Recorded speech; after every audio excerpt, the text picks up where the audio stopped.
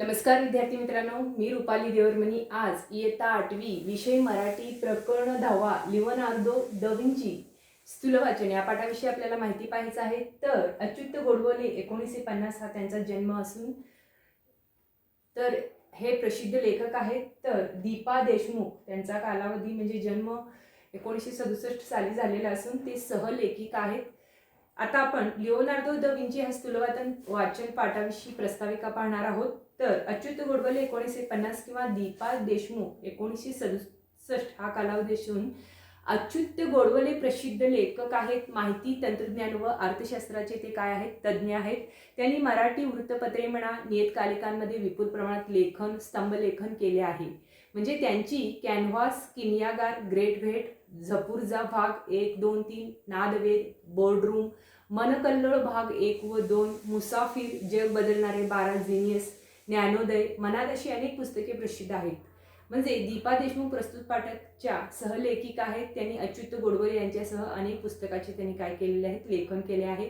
तसेच त्यांचे स्वतंत्र लेखनही प्रसिद्ध आहे। जागतिक कीर्तीचे चित्रकार लिओनार्दो द विंची यांचे बालपण, विविध विषयांमध्ये त्यांना असणारी विलक्षण गती आणि चित्रकलेच्या परिपूर्ण आविष्कारासाठी त्यांनी केलेला अभ्यास यांची माहिती या पाठातून आपल्याला मिळते। लिओनार्दो यांनी विविध विषयाच्या अभ्यासातून आणि संशोधनातून काढलेली टिप्पणे अभ्यासकांना आजही कशी उपयुक्त ठरत आहेत हे या पाठातून स्पष्ट होते। प्रस्तुत पाठ किशोर मे 2017 या मासिकातून घेतलेला आहे। आता आपण इथं आपल्या प्रकरणाचा प्रस्ताविका संपतो। आता आपण प्रकरणाला सुरुवात करूया। तर इटली नावाच्या देशातलं उंच पर्वताच्या उतारावरचं विंची नावाचं एक छोटंसं गाव आहे। एका बाजूला आर्नो नावाची खळखळ वाहणारी निळाशार पाण्याची नदी, तर दुसरीकडे मोठमोठे डोंगरा एवढे खडकच खडक अशा सुंदर निसर्गमय गावात 15 एप्रिल 1452 या दिवशी पिएरो आणि कॅटेरिना यांच्या पोटी लिओनार्दो द विंची यांचा जन्म झाला। म्हणजे लहानपणी लिओनार्दो डोंगरदऱ्यातून मनसोक्त भटकला। निसर्गात राहिल्यामुळे त्यांना चित्रकला, संगीत, पक्षी, प्राणी, गणित, विज्ञान आणि एकूणच निसर्ग याबद्दल खूपच कुतूहल वाटायचं। याच वयात त्यांना चित्र काढणं खूप आवडायला लागलं। त्याचे वडील कशाला चित्र काढतोस असं म्हणून त्याला कधीही रागावले नाहीत। लिओनार्दोला चित्र काढायला इतकं आवडू लागलं की तो तहानभूक विसरून जात असे। आपली चित्र खरीखुरी वाटली पाहिजेत म्हणून लिओनार्दो नाना तऱ्हेचे प्रयोग करायचा। तो चक्क जंगलात फिरून पाली, सरडे, साप, वटवाघूळ असं काय काय गोळा करून आणायचा आणि घरी आल्यावर त्याचं निरीक्षण करत बसायचा। 10 ते 12 वर्षाचा असताना लिओनार्दो वडिलांबरोबर फ्लोरेन्स शहरात राहायला आला। त्यावेळेस फ्लोरेन्स हे बुद्धिमंत चित्रकार, शिल्पकार, कारागीर, व्यापारी, श्रीमंत लोक आणि तत्वज्ञ यांचं काय होतं, एक शहर होतं।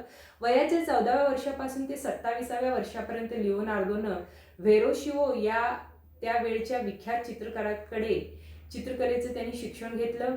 चित्रकलेशिवाय लिओनार्दोनं अनेक गोष्टी आत्मसात केल्या होत्या। तसंच गंमत म्हणजे लिओनार्दो त्यांच्या वहीत वर्गमुळांचा गुणाकार कसा करायचा हे ल्युकाकडे जाऊन शिकून घेत। असं स्वतःला सूचना दिल्यासारखं काय काय लिहून ठेवत असे। त्याला गणित आणि तंत्रज्ञान हे विषयही खूप आवडत। विश्व कसं निर्माण होतं, प्रलय का आणि कसा होतो या प्रश्नांची उत्तरे शोधण्यासाठी त्यानं खगोलशास्त्राचाही अभ्यास केला होता। म्हणजे अँटोनिओ डेल पॉलिओलो हा शरीर रचनेचा अभ्यास करणारा आणि मृतदेहाचं विच्छेदन करणारा पहिला चित्रकार म्हणून ओळखला जातो। त्यांच्या स्टुडिओत जाऊन लिओनार्दो शरीराची आणि स्नायूच्या रचनेची माहिती करून घेत असे। चित्र काढताना प्रत्येक अवयवाचं प्रमाण आणि रचना यांच्या तो गणिती पद्धतीने नोंदी करून मगच त्यांची रेखाटन करत असे। लिओनार्दो शिल्पकलेपेक्षा चित्रकलेला जास्त श्रेष्ठ दर्जाची कला मानत असे। शिल्पकला यांत्रिक असून मेंदूला कमी ताण देणारी असते। शिल्पकला दगडातला नको असलेला भाग काढत राहतो। म्हणजे शिल्पकला यांत्रिक असून मेंदूला कमी ताण देणारी असते आणि शिल्पकला दगडातला नको असलेला भाग काढत जातो। पण चित्रकार चित्रातल्या जागा हव्या असलेल्या गोष्टींनी भरत राहतो असं त्यानं लिहून ठेवलं होतं। प्रत्येक गोष्टीच्या मुळाशी गेल्याशिवाय आणि ती गोष्ट नीट समजल्याशिवाय लिओनार्दो कामाला सुरुवात करत नसे। म्हणजे कल्पनाशक्ती विचाराच्या आधी येते आणि नंतर आकार येतात असंही त्याला वाटे। 1472 साली लिओनार्दोनं ख्रिश्चन कथेवर आधारलेलं ॲनन्सिएशन नावाचं पहिलं तैलचित्र काढलं. लहानपणापासूनच लिओनार्दोला स्पर्धा करणं आणि वादविवाद करणं आवडत नसे.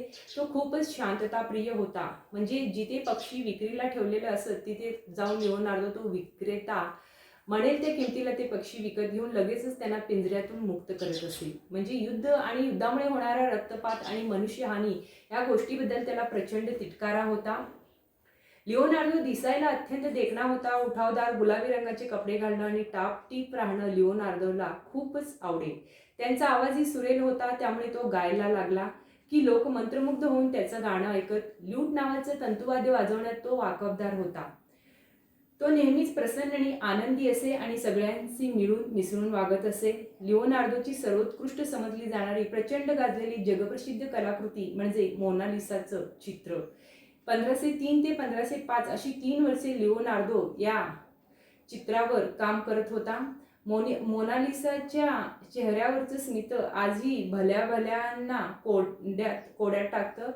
फ्रान्सिस्को दी बार्टोलामियो डेल गिओकोंडो नावाच्या एका व्यापाऱ्याच्या मोनालिसावर मॅडोना लिसा नावाच्या 24 वर्षाच्या बायकोचं हे चित्र होतं. हे चित्र ला गिओकोंडा या नावानंही ओळखलं जातं. हे चित्र काढताना लिओनार्दोनं मोनालिसा हिला मॉडेल म्हणून बसून राहण्याचा कंटाळा येऊ नये म्हणून तिचं मन रमवण्यासाठी गायक वादकही ठेवलं होतं. असं म्हणतात आजही इतक्या वर्षानंतर मोनालिसाच्या डोळ्यातली ओलसर चमक आणि तेच अचंबित करणारं आहे. मोनालिसा हे चित्र आज पॅरिसच्या लुव्र संग्रहालयात आहे. बघा, लिओनार्दो दा विंची कोण नव्हता. तो एकाच वेळी चित्रकार होता, शिल्पकार होता, वास्तुशास्त्रज्ञ होता, शरीरशास्त्रज्ञ होता, गणिती, वैज्ञानिक, संशोधक, लष्करी अभियंता होता, साहित्यिक होता, संगीतकार होता, नेपथ्यकार होता, लेखक, तंत्रज्ञ आणि तत्वज्ञ या सगळ्या भूमिका निभावणारा कलावंत होता.